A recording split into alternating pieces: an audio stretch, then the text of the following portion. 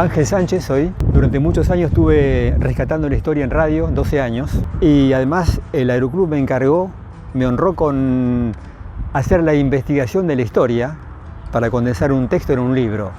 Y esa investigación me dio la pauta de la conexión que hubo desde el comienzo entre Aeroposta y el Aeroclub. De hecho, Próspero Palazzo, que era el responsable de la línea del sur, Bahía Blanca, San Antonio, Trelew, Comodoro y después Río Gallegos, fue el que impulsó a ese fermento que había de gente que quería volar en Comodoro. Antes de la fundación de la Aeroclub en el 35 ya había 60 personas que estaban juntando plata para armar un Aeroclub.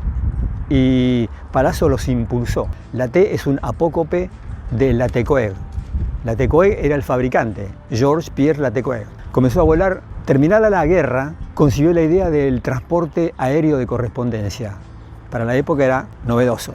Solamente tenían los aviones de la Fuerza Aérea Francesa, que habían quedado en tierra, se terminó la guerra, pilotos desocupados. Entonces compró varios, el Breguet 14, y comenzó a volar Francia, España primero, desde Barcelona cruza el Mediterráneo al continente africano, va hasta Casablanca y Dakar, y la idea era unir a los dos continentes.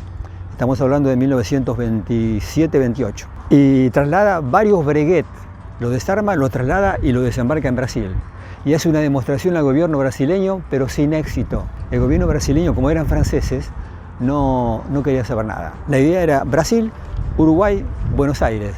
Después Asunción de Paraguay y Santiago de Chile. Y por último, la llamada línea al sur, que era de Bahía Blanca hasta Comodoro y luego hasta Río Gallegos. Unir toda la costa. De hecho, lo logró en 3 años, desde 1927. En abril de 1927, Latécoère ya se daba cuenta que no tenía espalda financiera para soportar tamaña empresa y se contacta con un francés que vivía en Brasil desde 1911. Era el dueño de una gran empresa, de varias empresas de trabajos públicos y dueño de un banco. Era Maurice Bouillot. Y después que celebran un contrato con el gobierno argentino, a finales de 1927, lo incorporan a otro personaje, Vicente Almandos Almonacid. Vicente era argentino, riojano, y era ingeniero. Había volado a Francia a especializarse en ingeniería hidráulica, antes de la guerra, primera guerra. Le encantó la aviación, hizo el curso, y cuando comenzó la guerra, en lugar de volverse, se quedó y se enroló. Voló prácticamente durante la guerra y salió con el grado de capitán. Tenía muy buenos contactos con el gobierno argentino. Y fue el que generó el contacto con el presidente Marcelo Torcuato de Alvear, a quien le encantó la idea, pero había una ley argentina que impedía el sobrevuelo del espacio aéreo a aviones extranjeros. ¿Cómo lo salvamos? Pergeñan y arman una subsidiaria de la Compañía General Aeropostal. Era el nombre original francés, Aeroposta Argentina. Y de esa manera pueden comenzar a volar. Entonces traen toda la estructura hasta Buenos Aires. Buenos Aires iba a ser el centro de distribución. Estamos hablando de 1928. Este avión, el AT-25, había sido el primer contingente de 6, la T-25, que fueron desarmados y armados en Brasil para hacer todo el servicio. Después vinieron la T-28, más grandes, con capacidad para hasta 8 pasajeros, piloto y copiloto, cabina cerrada.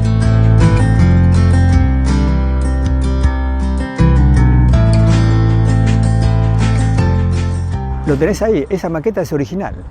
El piloto iba arriba, la cabina estaba descubierta, debajo del ala. Los 4 pasajeros iban adentro. Tuve oportunidad de entrevistar a 2 mujeres, Clarita Riera e Isabel Gonzalo, que era de la familia Salso, pariente de la familia Salso, que volaron. Ellos iban a hacer el curso de maestra a Buenos Aires. Volaron, conoció a Saint-Exupéry, conoció a los pilotos Humberto Selvetti, Ricardo Gross, y lo recuerda a Saint-Exupéry como un señor muy grande. Ese señor, cuando volaban en la T-25, iba con un gran sobre todo de cuero por el frío. Este era T-25, entonces viene a la Patagonia y el primer cruce. Este es un modelo llamado 3R. R motor Renault, es un modelo 3.300 kilos, tiene una autonomía de 600 kilómetros más o menos, una velocidad de 170 kilómetros, en la Patagonia nunca pudieron esa velocidad con los vientos. Saint-Exupéry voló muchas veces en este avión. Próspero Parazo voló muchas veces en este avión. En ese entonces no había cartografía, se orientaban volando sobre la costa. Y además iban dibujando, como te dije, en una hoja iban dibujando las características específicas del terreno como para servir de referencia. Cuando estaba nublado no había referencia alguna. Entonces iban sobre la costa, sobre todo para protegerse del viento, especialmente en el lugar donde había acantilado alto. Volaban sobre el mar y se protegían del viento, hasta que llegaban a Comodoro y enfrentaban la entrada. Y ahí lo esperaban entre 6 y 12 soldados. Debajo de cada semiala tenía una argolla, le pasaban una soga y lo sostenían de los dos lados para que el viento no lo diera vuelta. Uno de los directores de la compañía era Rufino Luro Cambaceres, que después fue fundador ya había sido fundador de la República de Bahía Blanca, año 1924. Embarcó al director de correos, un coronel de apellido Forpe, y embarcó al director de aviación civil, Juan Mundrich Schaffner, y los hizo volar a la Patagonia enfrentando a las poblaciones, en Comodoro, Trelew, Sarmen, Río Gallegos. Le pidieron, por favor, que la Patagonia no quedara aislada. La Patagonia tenía, Río Gallegos tardaba en barco, 2-3 barcos por mes, tardaba 10 días en llegar a Buenos Aires. De Comodoro con buen tiempo, una semana. Con Aeroposta, cuando comenzó Aeroposta a volar, la correspondencia llegaba, los diarios, llegaba de un día para otro.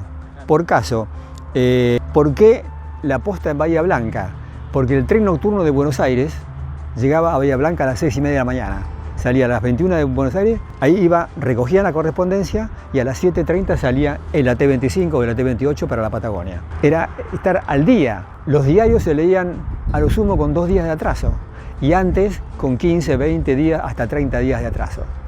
La correspondencia, las cargas, calculen que en ese entonces la única vía de comunicación rápida era el telégrafo y Comodoro entraba en la red telegráfica a la noche. De hecho, el telegrama del hallazgo del petróleo fue transmitido a la noche.